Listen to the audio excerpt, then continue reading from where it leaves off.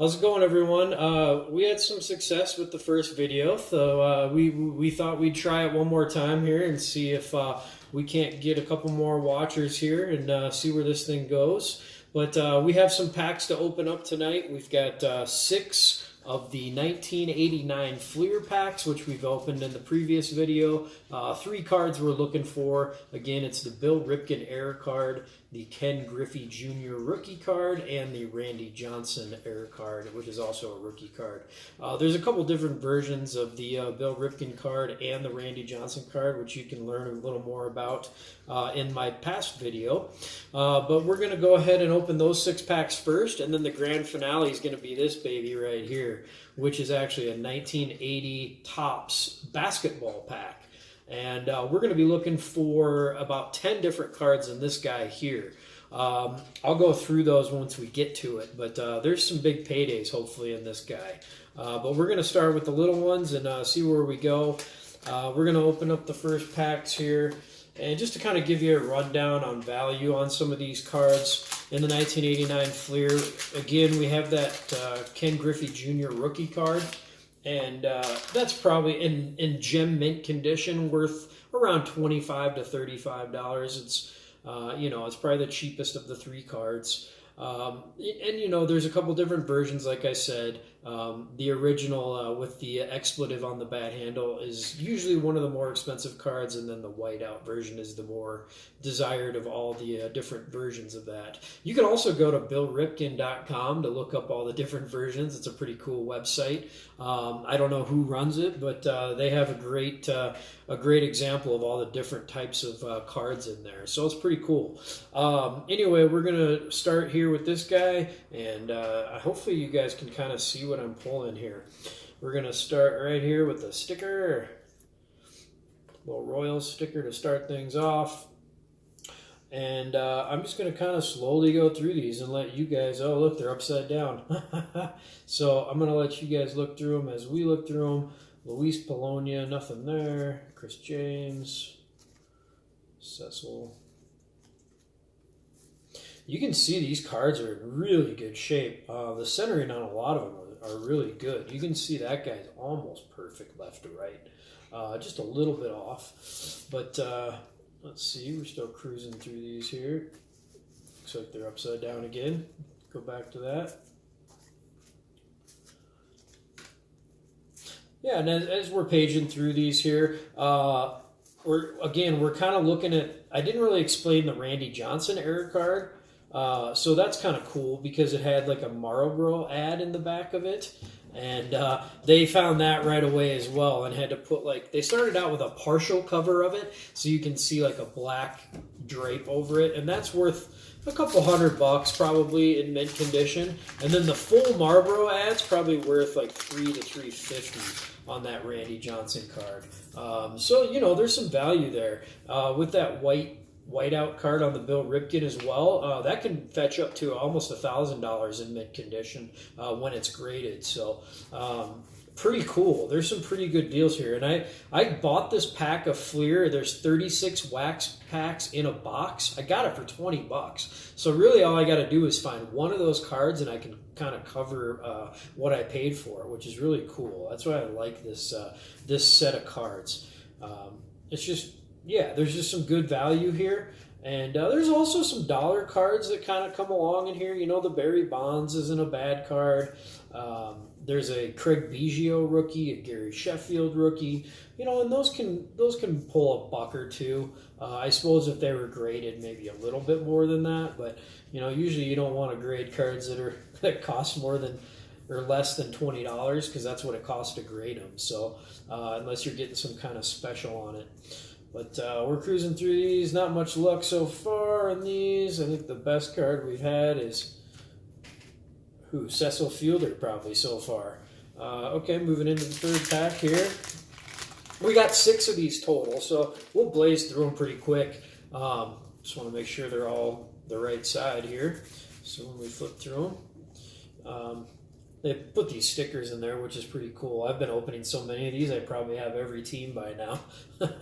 But and I can probably piece together a whole set as well, which would be pretty cool.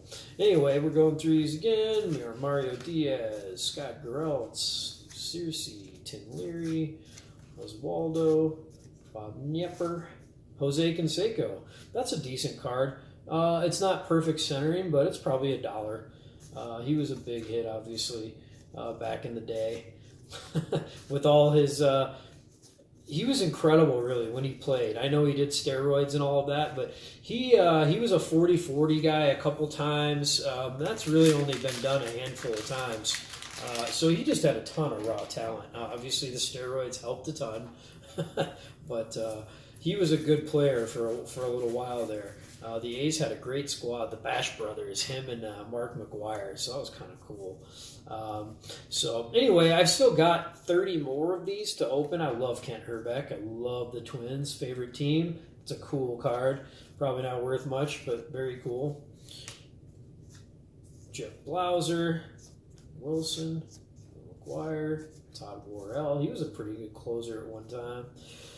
Darryl Boston, Herb Winningham, Otis Nixon, Davis. It's fun looking at all these guys. Brett Butler, I remember him. He was a good player. Fernando Valenzuela was fantastic. Now that he's probably close to retirement in this card, so that's probably not worth much. But boy, he was a fun guy to watch too. Fantastic lefty. Just all sorts of cool pitches. I think his screwball was like his best pitch, which is kind of unusual. I don't think you see that pitch very often anymore because it really has a lot of tension on the elbow, and I think guys are getting hurt from it. So you don't see it as much anymore, unfortunately. But anyway, blazing through these here. Got one more pack to open. Dwight Gooden. We all know the story of Dwight and his, let's say, extracurricular activities. He had some issues when he first came up. He was supposed to be like the best pitcher ever when he came up. He was like highly, highly touted.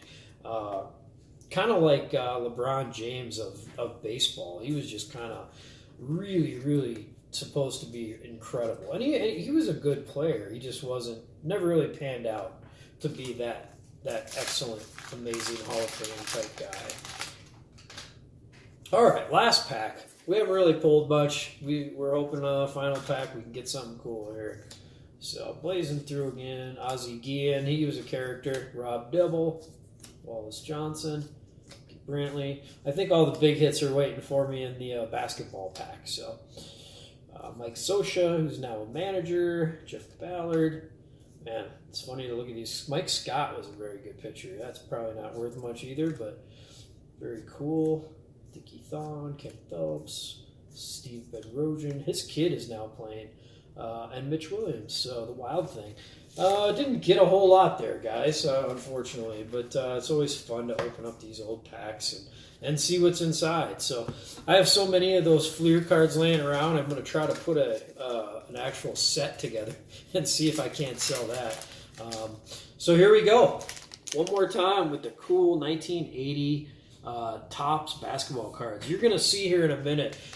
They're really unique because they're perforated and there's 3 players on each card. So we're going to be looking for 10 different cards here. The one that's the real gem, the kind of the lottery ticket here is a 3-tiered card. It has Magic Johnson, Larry Bird, both rookie years, and then Dr. J. So just a really cool card to have all 3 iconic players on there and 2 of them in their rookie year. So just amazing. And the value of that card in a PSA 10 is $85,000. So if we find that, we're going to go crazy. It's pretty amazing how far they jump down when they go from a 10 to a 9. So that in a 10, that card is $85,000. In a 9, it's $3,000. So a big drop off when they go from 10 to 9. A couple of the other cards are kind of different variations of Bird, Magic, Dr. J for the most part. The second most valuable card is Larry Bird, Cartwright, and Drew. I'm just going to give you last names. You probably know who Bill Cartwright is. Played for the Bulls. 525 is the PSA value for that card in a perfect gem mint 10. So $525, 109. Then we've got a Van Bredekoff, Dr. J Magic card. That's worth $450, and then $150 and a 9. We've got Brown, Bird, and Brewer for $350 and $30. We've got Long, Magic, and Boone for $335 and $40. We have Magic, Bird, and Sycamore for $325 and $30. And the numbers I'm giving again, the first number is the PSA 10, the second number the PSA 9 value. Again, you can see the huge drop from 10 to 9. And a perfect card. So not only do you have to find a cool card in here, but you got to find it in perfect condition. So moving down the list here, 5 is Long, Magic, and Boone, $325 and $40. Then we got Magic, Bird, and Sycamore, like I said, $325 and $30. Bridgman, Bird, Brewer, $330. Cheeks, Magic, and Boone, $250 and $80. May, Bird, Sycamore, $250 and $30, and finally the least valuable card, Mo Cheeks, George Gervin, and Shones. I'm not familiar with him. $70 card and $15 and a 9. So here we go, folks. Let's see what we got. Wow, that opened pretty nice. You can see the gum is still in there. Do not eat that. So here's a great view of what we're looking at. It's a 3-tiered card. Very cool. I know people do perforate or pull them apart since they're perforated, but I think they hold their value much better when you keep them together like that. So let's go ahead and go through these and see what we got. See if we got anything amazing. We've got Reggie Theus on the first card, which is kind of cool. Wes Unseld. Boy, those cards are really centered nicely. They're in great condition. So if we do find a good one, hopefully we'll be going crazy here in a minute. So the next one, we do have a Dr. J card. That might be on this list. I'm not sure. Ron Brewer, Dr. J, and Alvin Hayes. No, that is not on our list. But still, Dr. J, that's probably at least a $10, $20 card. I did pay $50 for the wax pack, so hoping to find something to cover that. But that's not a bad card, Dr. J. And you can see the centering on that, again, is really pretty good. Nice card. So moving to the second guy. Not much there. Kermit Washington, Lonnie Shelton. Still just really cool cards. Great. A little off center on that guy left to right. You can see. Then we go to Artis Gilmore, Mark Landsberger. I don't even know who those guys are. Again, that's really off center, that card. But still, the condition's incredible. The corners look amazing and the edges look amazing. This is a little poster. I'll pull that out so you can see it. It's a team picture of the Phoenix Suns. So probably a fairly relatively new franchise at the time. So that's kind of funny to see everybody in their uniform. In 1980, we just have a couple cards left in here, guys. So let's see what we got here. We've got a Dennis Johnson and a Pistol Pete Maravich. That's a pretty cool card.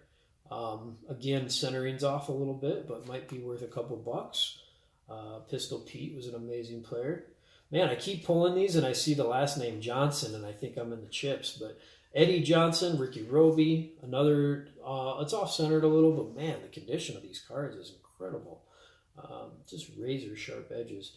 And then finally, the last two cards, boom. We did not pull a huge one, unfortunately, but some really neat cards with some kind of nostalgia behind them.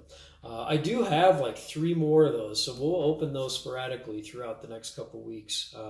So not much happening there, guys. I apologize, but hopefully next time we'll be able to find some more valuable cards. I do have some 1979 and some 1978 and 1977 Topps baseball wax packs coming to me here in the next couple days. So some derivative of that will be our next video.